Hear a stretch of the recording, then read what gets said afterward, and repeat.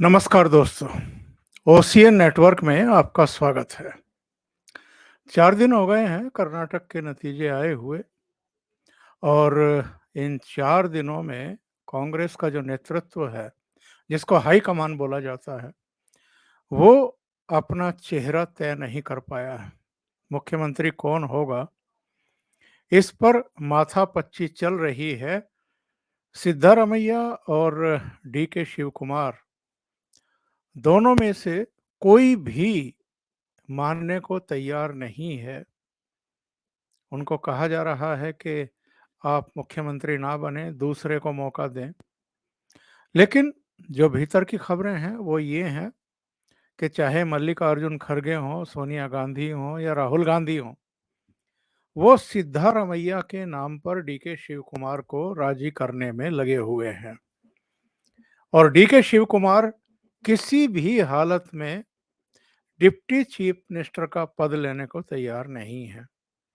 सोनिया गांधी और राहुल गांधी से जब उनकी मुलाकात हुई तो उनको कहा गया कि आप डिप्टी चीफ मिनिस्टर बन जाइए और 6 अहम मंत्रालय भी आपको देने के लिए तैयार हैं।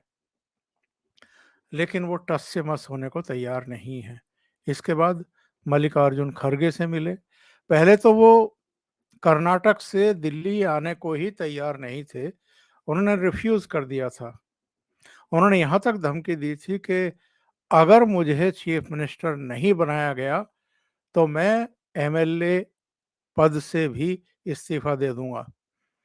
बाद में उनकी तरफ से ये बयान आया कि पार्टी मेरी माँ है, पार्टी ने मुझे जो जिम्मेदारी सौंपी थी वो मैंने कर दी है, मैं पार्टी में ही बना रहूंगा, मैं एमएलए भी बना रहूंगा। इस तरह के बयान भी उनके आए। जाहिर है, जब ऊपर से प्रेशर पड़ा होगा कि आप इस तरह के बयान ना दें, अभी हम लोग डिसाइड कर रहे हैं, तो उन्होंने ये लीपापोती करने की कोशिश की होगी, एक सफाई देने की कोशिश की होगी। लेकिन कर्नाटक का मसला कांग्रेस नेतृत्व के गले की फांस बन चुका है। अब तरह तरह के प्रस्ताव दिए जा चुके थे दोनों को। डी के शिव कुमार का कहना है कि अगर ढाई ढाई साल ही मुख्यमंत्री पद का प्रस्ताव दिया जा रहा है तो शुरू के 2.5 साल मैं मुख्यमंत्री रहूंगा और सिद्धारमैया को बाद के 2.5 साल मुख्यमंत्री रहने के लिए कहें। सिद्धारमैया इसके लिए तैयार नहीं है। सिद्धारमैया ने ये भी कहा था और इन चीज़ों की कोई पुष्टि भी नहीं हो रही है कि कहा था कि नहीं कहा था। हाँ, कांग्रेस की खबरें छन छन करके मिल जाती हैं। भारतीय जनता पार्टी की तरह नहीं है कांग्रेस के, जहां से अंदर की खबरें बाहर आए ही नहीं। भारतीय जनता पार्टी में तो अंदर की खबरें बिल्कुल बाहर नहीं आती हैं। किसी को अंतिम क्षणों तक पता नहीं चलता है कि कौन मुख्यमंत्री बनने जा रहा है, कौन डिप्टी चीफ मिनिस्टर बनने जा रहा है, कौन मंत्री बनने जा रहे हैं।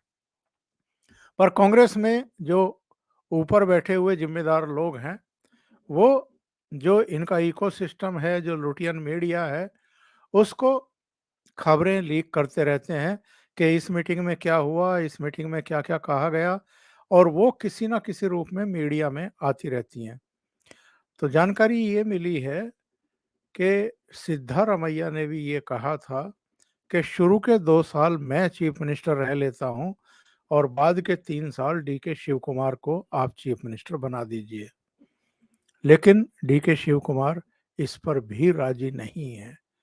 उनको बहुत अच्छे तरीके से पता है कि छत्तीसगढ़ में क्या हुआ है। उन्हें ये भी पता है कि राजस्थान में और मध्य प्रदेश में क्या होकर के गुजरा है। राजस्थान में तो अभी भी सचिन पायलट सड़क पर ही है और लगातार अशोक गहलोत के खिलाफ मोर्चाबंदी किए हुए हैं। कांग्रेस नेतृत्व के खिलाफ भी उनकी तमाम शिकवे शिकायतें हैं ही। जो उनसे वादा किया गया था वो पूरा नहीं किया गया। पंजाब में क्या हुआ था ये भी डी के शिव कुमार के सामने है। उनको अच्छे तरीके से पता है कि अभी अगर उनको लॉलीपॉप दिया जा रहा है, डिप्टी चीफ मिनिस्टर बनने का ऑफर दिया जा रहा है, तो फिर अगले 5 साल जब तक ये सरकार वहाँ काम करेगी, सिद्धारमैया ही चीफ मिनिस्टर रहेंगे और 5 साल बाद क्या होने वाला है ये भी उनको पता है। हर 5 साल में कर्नाटक में सरकारें बदलती ही हैं। 1985 से लगातार ये होता आ रहा है। तो डीके शिव कुमार को लग रहा है कि ये 5 साल जब सिद्धारमैया चीफ मिनिस्टर रहेंगे, फिर अगले 5 साल जब भारतीय जनता पार्टी का कोई चीफ मिनिस्टर बनेगा, यानी 10 साल तो मुख्यमंत्री का पद उनके काबू से बाहर चला जाएगा। इसलिए वो अभी अड़े हुए हैं। अब उन्होंने बयान दिया कि जी एक दिन पहले कि मैं कांग्रेस नेतृत्व को ब्लैकमेल नहीं करूंगा। तो ये ब्लैकमेल नहीं है तो क्या है? वो खुद भी अड़े हुए हैं, मान नहीं रहे हैं सिद्धारमैया को चीफ मिनिस्टर बनाने के मसले को लेकर के, और जो उनके समर्थक हैं वो भी बेंगलुरु में और कर्नाटक के दूसरे हिस्सों में लगातार प्रदर्शन भी कर रहे हैं, पोस्टर बैनर भी दिखा रहे हैं और ये भी याद दिला रहे हैं कांग्रेस नेतृत्व को कि अगर 2019 के प्रकरण के बाद, यानी जब एच डी कुमार स्वामी के नेतृत्व वाली जेडीएस और कांग्रेस सरकार का पतन हुआ था, उसके बाद से अगर अब कांग्रेस सत्ता में आई है, तो इसके लिए इसका श्रेय पूरी तरीके से डीके शिव कुमार को जाता है, जो लगातार संघर्ष करते रहे और वो ही केंद्रीय जांच एजेंसियों के निशाने पर भी रहे। तो अगर उन्होंने एक तरीके से कांग्रेस को फिर से सत्ता में ला दिया है, तो अब कांग्रेस नेतृत्व का ये फर्ज बनता है कि वो रिटर्न गिफ्ट उनको पे करें। लेकिन जिस तरह के हालात हैं, जिस तरह का गतिरोध है कि नतीजे आने के इतने दिन बाद भी कोई चेहरा तय नहीं हो पा रहा है, किसी चेहरे पर सहमति नहीं बन पा रही है, तो इसका मतलब सीधा-सा ये है कि कांग्रेस नेतृत्व की पार्टी पर और पार्टी नेताओं पर पकड़ पूरी तरीके से ढीली है। और शायद जो कुछ मध्य प्रदेश में हुआ था, ज्योतिरादित्य सिंधिया को मुख्यमंत्री ना बना करके कमलनाथ को वहां मुख्यमंत्री बना दिया गया था और उसका नतीजा ये भुगतना पड़ा था कि बाद में सरकार टूट गई। ज्योतिरादित्य सिंधिया के नेतृत्व में करीब 22 एमएलए कांग्रेस से बाहर चले गए, उन्होंने विधानसभा से ही इस्तीफा दे दिया और वहां पर फिर से भारतीय जनता पार्टी की सरकार बन गई। और कहीं दूर क्यों जाएं, इसी कर्नाटक में 2018 में कांग्रेस ने एच डी कुमार स्वामी के नेतृत्व में सरकार बनवा दी थी। भारतीय जनता पार्टी 104 105 एमएलए जीतने के बाद भी सत्ता से बाहर रही थी। पर उसके बाद क्या हुआ? उसके बाद ये हुआ कि अंतर्कलह शुरू हो गई, दोनों पार्टियों में मतभेद शुरू हो गए। नौबत यहाँ तक आ गई कि on camera H D Kumaraswamy और एच डी देवगौड़ा लगभग विलाप करते हुए, रोते हुए, आंसू बहाते हुए देखे गए, ये कह करके कि हमें तो यहाँ कांग्रेस ने क्लर्क बना करके रख दिया है, सरकार तो पर्दे के पीछे से यही लोग चला रहे हैं। यानी उनका गुस्सा सिद्धारमैया पर फूट रहा था और कहीं ना कहीं डीके शिव कुमार का भी उस सरकार में हस्तक्षेप रहता था, नियुक्तियों में भी, फैसलों में भी, बजट के एलोकेशन में भी, तमाम जो फैसले लिए जा रहे थे उसमें। तो हालात ये हो गए हैं कि डीके शिव कुमार टस से मस होने को तैयार नहीं, सिद्धारमैया अपना दावा छोड़ने को तैयार नहीं, सिद्धारमैया को राहुल गांधी का भी, सोनिया गांधी का भी, मल्लिकार्जुन खड़गे का भी कहीं ना कहीं समर्थन मिल रहा है। बीच में ये खबर जरूर आई थी कि सोनिया गांधी का जो सॉफ्ट कॉर्नर है वो डीके शिव कुमार की तरफ है। लेकिन अतीत में भी हमने देखा है अलग अलग राज्यों में जब भी कांग्रेस को सरकारें बनाने का मौका मिला है, तब राहुल गांधी की ही ज़्यादा चली है, सोनिया गांधी की नहीं चल पाई है।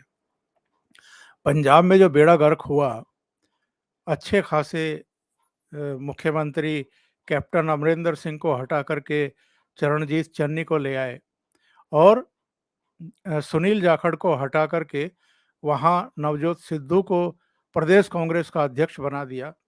तो ये फैसला जो है भाई बहन का था, यानी राहुल गांधी और प्रियंका वाड्रा का। और उसका नतीजा क्या हुआ, ये आपने हमने सबने देखा। कर्नाटक में सरकार आ गई है, बहुमत मिल गया है, लेकिन मुख्यमंत्री का पद तय नहीं हो पा रहा है।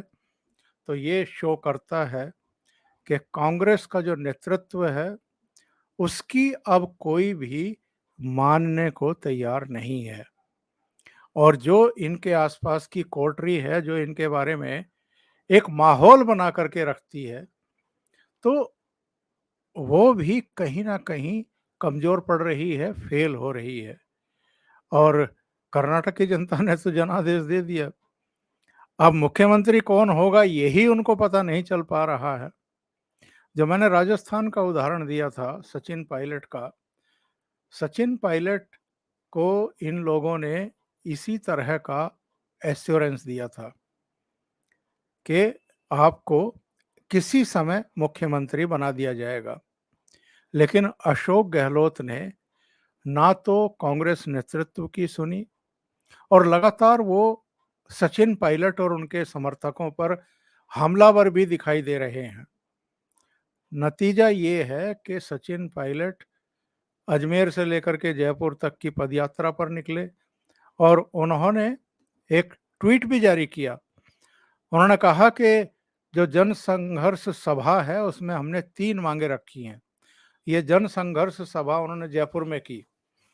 उन्होंने कहा कि वसुंधरा सरकार में हुए भ्रष्टाचार की जांच के लिए उच्च स्तरीय कमेटी का गठन हो। भ्रष्टाचार और पेपर लीक की लगातार घटनाओं के कारण वर्तमान आरपीएससी का पुनर्गठन और चयन प्रक्रिया के लिए स्पष्ट संस्थापक मानदंड और पारदर्शिता सुरक्षित हो।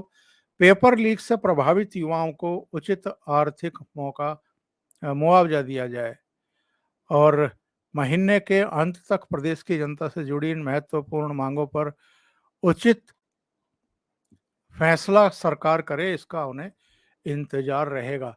लेकिन ये जो मांगे हैं, ये जो वसुंधरा राजे सरकार के भ्रष्टाचार की बात वो कर रहे हैं, ये डायरेक्ट इनडायरेक्ट वे में अशोक गहलोत पर ही अटैक कर रहे हैं और कांग्रेस नेतृत्व को दिला रहे हैं याद कि आपने हमसे कुछ कौल करार किए थे, कुछ वादे किए थे, उनको जरा पूरा करिए। तो राजस्थान में जो कुछ चल रहा है वैसा ही अतीत में मध्य प्रदेश में हो चुका है, पंजाब में हो चुका है, कर्नाटक में सरकार गिर चुकी है।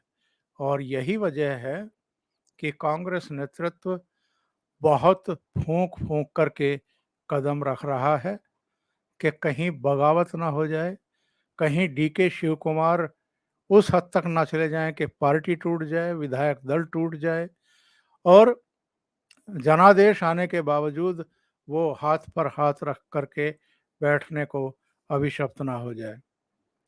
देखते हैं कर्नाटक में कांग्रेस की राजनीति का जो सियासी ऊंट है वो किस करवट बैठता है। अभी के लिए इतना ही। बहुत बहुत धन्यवाद।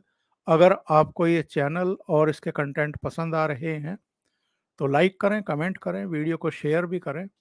अभी तक अगर आपने ये चैनल सब्सक्राइब नहीं किया है तो सब्सक्राइब कर लें और साथ में लगे बेल आइकॉन को दबा दें ताकि आगे आने वाले वीडियो और उनके नोटिफिकेशन आप तक पहुंचते रहें।